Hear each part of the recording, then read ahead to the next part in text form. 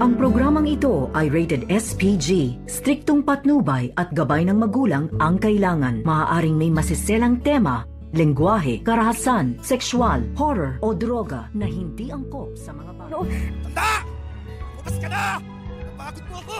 Makapatayin kita!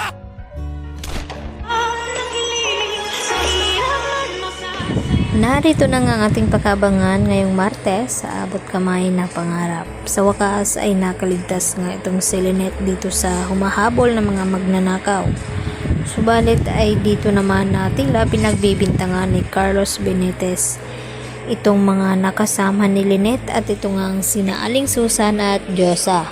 At dito niya nga na sinisisi ni Carlos kay Lynette na kung bakit daw sila nilooban. At dito nga na sinagot ni Lynette itong si Carlos na pinagbibintangan ba daw ang kanyang mga pamilya at hindi magagawa iyon ni Chang Susan at dito nga ni Diyosa. At tila unti-unti na ngang makikilala ni Lynette ang tunay na ugali ng kanyang asawa na si Carlos dahil saksi nga itong si Doc Katie na kung papaano iniwanan ni Carlos Benitez itong si Lynette sa gitna ng kapamakan. At nang masalubong nga ni Harry itong kanyang ama at nagtanong ito kung nakita na ba daw niya itong si Lynette, ang sagot nga dito ni Carlos ay hindi pa. At nagsisinungaling nga itong si Carlos dito sa kanyang anak na si Harry.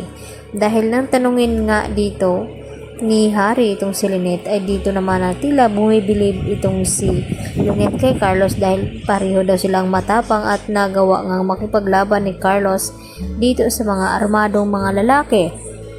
Kaya naisip dito ni Harry na bakit naman magsisinungaling itong si Carlos sa kanya. Ano nga ba ang tunay na tinatago ni Carlos sa kanila?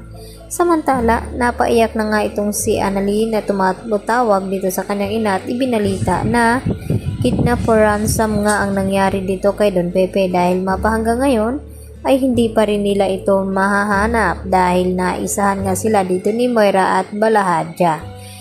At ito namang si Zoe ay tila naawa naman siya dito kay Don Pepe kaya nagawa niya itong tanggalan ng tali nang sa ganon ay magamot ni Zoe itong mga pasa na naidulot dito ni Balahadja kay Don Pepe.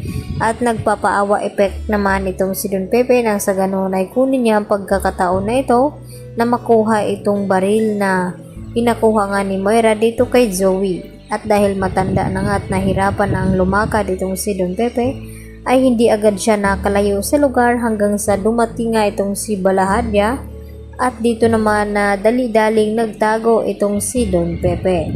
At dito na nasalubong ni Zoe itong si Balahadja at binantaan na sana raw ay huwag saktan itong kanyang lolo dahil sa matanda na nga ito. At dito naman na hindi may pangako ni Balahadja dito kay Zoe at sa gitna nga ng kanilang paghahanap dahil may dalangang baril itong si Don Pepe ay dito naman niya na mapipilitang gamitin dahil nagbanta itong si Balahadja na kapag makita daw itong si Don Pepe ay hindi daw siya mag-atubiling paslangin ito. Kaya bago maunahan itong si Don Pepe ay nauna na nga siyang pumutok at dito naman na hindi sinasadya na natamaan itong si Zoe at itong si Balahadja.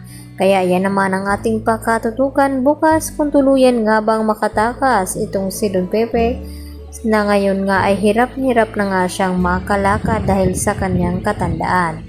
At lalo pa't malalakas itong kanyang mga kalaban at parating na rin doon itong si Moira.